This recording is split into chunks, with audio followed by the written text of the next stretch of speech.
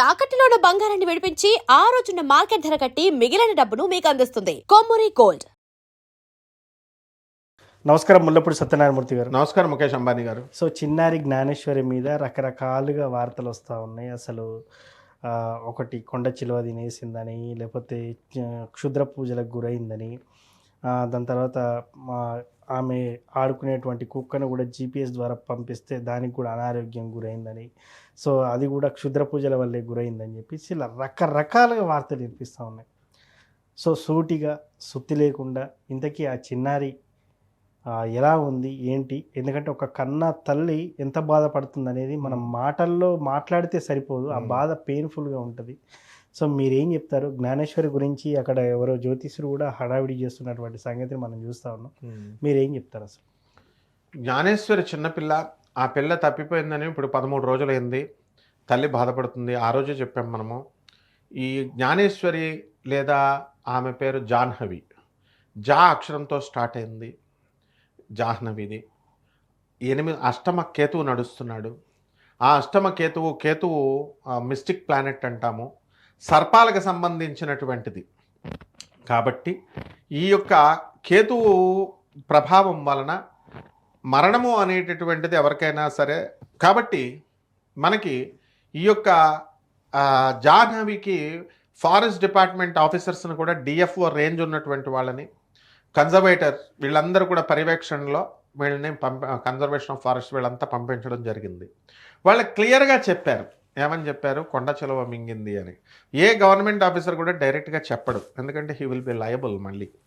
అందువలన కొండ చిలువ తిని ఉండొచ్చు అని ఎందుకు చెప్పారు అంటే ఇక్కడ చిన్న సందేహం అండి. కొండ చిలువ తింటే కూడా 2 రోజుల పాటు మత్తుకు గురవుతుంది, అది జీర్ణం కాదు, అది ఎటు కదలలేనటువంటి పరిస్థితి. ఒకవేళ కదిలినా కూడా ఆ సరౌండింగ్లోనే కూడా ఉండొచ్చు, అంత దూరం పోయి ఉండకపోవచ్చు అనేది కూడా ఒక ప్రశ్న వాటిల్లుతుంది జనాలలో.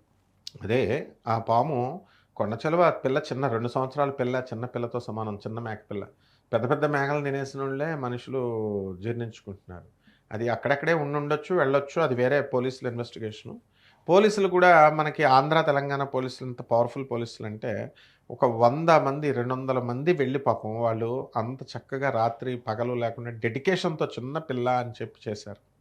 తర్వాత అంతా తిరుగుతున్నారు. అలాగే పవన్ కళ్యాణ్ గారు కూడా ఒక స్పెషల్ టీంని పంపించారు అని చెప్పేసి చేశారు.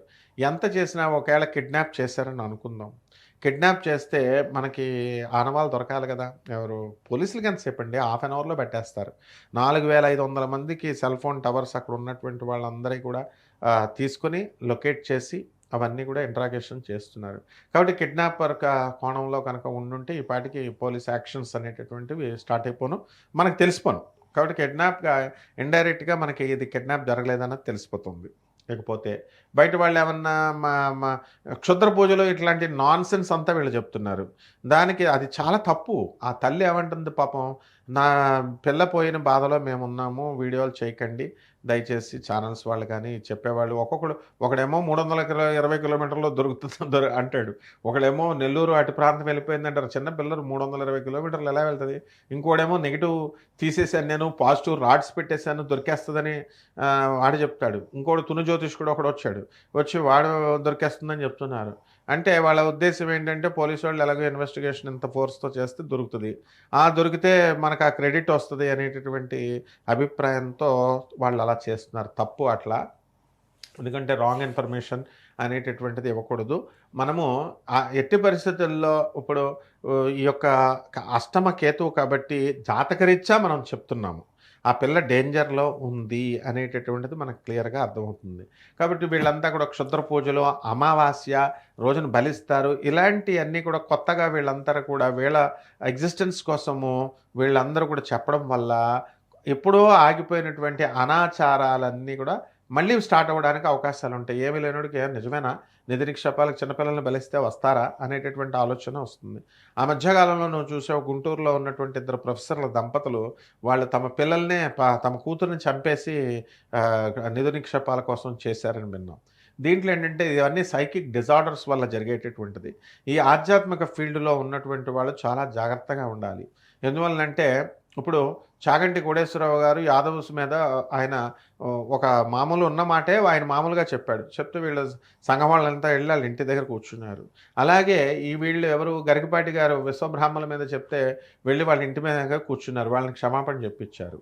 కాబట్టి వాళ్ళ పోలీస్ కంప్లైంట్ 5 నిమిషాల్లో పెట్టొచ్చు వాళ్ళని. ఇళ్ల మీదకి వెళ్ళడాలు ఇవన్నీ ఉండవు. వీళ్ళకి అసలు ఇళ్ల మీదకి వస్తారని భయమే లేదు, ఇష్టం వచ్చినట్టు చెప్పేస్తున్నారు. కాబట్టి ఎట్టి పరిస్థితుల్లో కూడా ఉన్నది ఉన్నట్టుగా మనం చెప్పుకోవాలి.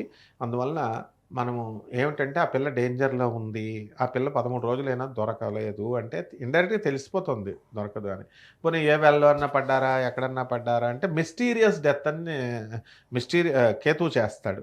సో ఆ ఇన్సిడెంటే మిస్టీరియస్గా ఉంటుంది. అవశేషాలు దొరకడం కానీ ఇవేమి ఉండవు. చూడండి, నేను చెప్తున్నాను కదా జాతకము, ఎట్టి పరిస్థితుల్లో అది ఆ ఇన్సిడెంట్ అనేది కొండ చలవ మింగిందా చెప్పరు, లేకపోతే ఎవరన్నా చంపేశారా, లేకపోతే ఎత్తుకెళ్ళారా, లేకపోతే ఆ అమ్మాయి ప్రమాదవశాత్తు వెళ్ళబడిందా, చెరువుల్లో కూడా వాళ్ళు తోడుతున్నారు. కాబట్టి అవశేషాలు ఇవన్నీ కూడా చెరువులో ఉంటే ఎప్పటికో చోట దొరకాలి కదా. సో ఇది మొత్తం మీద ఓవరాల్గా కేతు అష్టమ స్థానంలో ఉన్నాడు కాబట్టి మిస్టీరియస్గానే ఉంటుంది. శని వక్రించి మీనరాశిలో ఉన్నాడు కాబట్టి ఇవి లేటుగా బయటపడతాయి. శని మీనరాశిలో ఉన్నప్పుడు జ్ఞానకారకుడైనటువంటి ఆ గురువు యొక్క ఇంట్లో శని ఉన్నాడు కాబట్టి లేటుగా ఉంటాయి. కాబట్టి ఈ లోపల వీళ్ళందరూ కూడా ఇట్లాంటి అసలు చేతబళ్ళు, మరుగుమందులు, వశీకరణాలు ఇలాంటివి ఉండవు. మూఢనమ్మకాలు ఎక్కిచ్చేశారు. గరుడు పురాణం కూడా ఇంట్లో పెట్టుకోవచ్చు దర్జాగా, ఉండకూడదని ఇట్లా రకరకాలుగా చేశారు. సో వీళ్ళందరికీ ప్రాపర్గా డిసిప్లిన్ లేకపోవడము, ప్రాపర్గా చదువు లేకపోవడం ఇవన్నీ ఉంటాయి. నేను మొన్న ఒక డిబేట్కి వెళ్ళినప్పుడు అక్కడ డైరెక్ట్ అడుగుతున్నారు, అమావాస్య రోజున 1,00,000 మందే వచ్చారు స్టూడెంట్స్, 20 లక్షల మంది స్టూడెంట్స్ రాలేదు, ముహూర్తాలు పెట్టింది మీ పంతుళ్లే కదా అని అడిగారు. అప్పుడు ఎవడో చెప్పిన పనికిమాలిన జోస్యాలకి అమావాస్యకి వెళ్ళకూడదని చెప్పిందని నేను సిగ్గుపడాల్సి వచ్చింది. నిజం కదా, స్టూడెంట్స్ అంతే కదా. మరి ఈ ఐఏఎస్ ఇంటర్వ్యూ పెట్టారనుకో అమావాస్య రోజున వెళ్ళరా వీళ్ళు, మరి అప్పుడు మాట్లాడదా. ఇప్పుడు తెలుగు నేర్చుకోవాలా, సంస్కృతం నేర్చుకోవాలా అని చెప్తున్నారు. వీళ్ళంతా ఇంగ్లీష్ మీద వ్యతిరేకత అన్నట్టు. ఇప్పుడున్న ప్రవచనకారులు కానీ వీళ్ళ పిల్లలందరూ సాఫ్ట్వేర్ ఇంజనీర్లుగా తెలుగు చదివితే వచ్చినాయి వీళ్ళకి ఉద్యోగాలు కదా. అలాగే అమెరికా కుడుతూ శ్రీనివాస్ రామానుజం అలా వెళ్ళలేదు. ప్రొఫెసర్ హార్డీ అప్పుడు కన్విన్స్ చేసి తీసుకెళ్ళాడు. వీళ్ళందరూ ఇప్పుడున్న స్వామీజీలు కానీ ప్రవచనకారులు కానీ వీళ్ళంతా సముద్రాలు దాటి వెళ్ళట్లేదా. గరుడ పురాణం, ఈ విష్ణు పురాణం, ఈ పురాణాల ప్రకారం అసలు సముద్రమే దాటడానికి లోన అసలు పూజ చేయడానికే పనికిరాడు గర్భగుడిలో. మరి వీళ్ళంతా ప్రధాన పూజారులుగా ఉండట్లేదా. కాబట్టి ఇవన్నీ ఉన్నాయి. అందువల్ల వీళ్ళకి అనుకూలంగా మాట్లాడుతున్నారు. కాబట్టి ఇక్కడ ఈ చిన్నపిల్ల విషయంలో నాయన ఎట్టి పరిస్థితుల్లో కూడా డేంజర్లో ఉంది అని అంతవరకే మనం చెప్పాలి. ఈ చెత్త చెప్పేటటువంటి వీళ్ళందరూ కూడా ఈ వశీకరణాలు, ఈ యొక్క మరుగుమందులు, ఈ యొక్క క్షుద్ర పూజలతో బలులు ఇవన్నీ కూడా నాన్ సెన్స్. అమావాస్య దాటితే బలి ఇచ్చేస్తారంట, దొరకరంట. అమావాస్యకు లోపు ఇదేదో చెప్తారు. సో ఇట్లాంటివన్నీ నాన్ సెన్స్. ఆ పిల్ల మిస్టీరియస్గా దొరకదు నాయన. అంటే చివరాఖరి వరకు దొరికే ఛాన్స్ ఉంది అంటే కనీసం అంటే ఇలా చనిపోయిందని ఏమైనా స్టేట్మెంట్ ఇచ్చే అవకాశం ఉందంటారా? అది డిపార్ట్మెంట్ చూసుకుంటుంది, వాళ్ళకి తెలుసు డిపార్ట్మెంట్కి. ఇప్పుడు కూడా డిపార్ట్మెంట్ ఏంటి, కరోనా టైంలో మనకి ఎంత డెత్స్ అన్నది చెప్పనివ్వరు. ఎందువలన పిహెచ్సికి మెడికల్ డైరెక్టర్ ఏం చేస్తాడు, ఎంత బయట చెప్పకండి అని ఆ లోపల మీటింగ్ లో చెప్తారు. ప్రజలు భయపడతారని. అరే ఆఫీసర్స్ ఉన్నారు చక్కగా, డీసీపీ రేంజ్ లో ఆఫీసర్స్ తిరుగుతారు నాయన. ఏసీపీ సంగతి పక్కన పెట్టు, డీసీపీ రేంజ్ లో ఆఫీసర్స్ స్వయంగా వస్తారు. అంత కష్టపడుతున్నారు వాళ్ళు. 12-13 రోజులు తినకుండా. వాళ్ళకి తెలుసు ఇన్సిడెంట్ అంతా కూడా గెస్ట్ చేస్తారు. మామూలు మనుషులే గెస్ట్ చేస్తున్నారు కాబట్టి తప్పకుండా వివరిస్తారు, స్లోగా చెప్తారు. ఎందువల్ల శని వక్రించి మీనరాశిలో ఉన్నాడు కాబట్టి ఆ అమ్మాయి దొరకడం చాలా కష్టం అన్నమాట. ధన్యవాదాలు గురువు. ధన్యవాదాలమ్మా.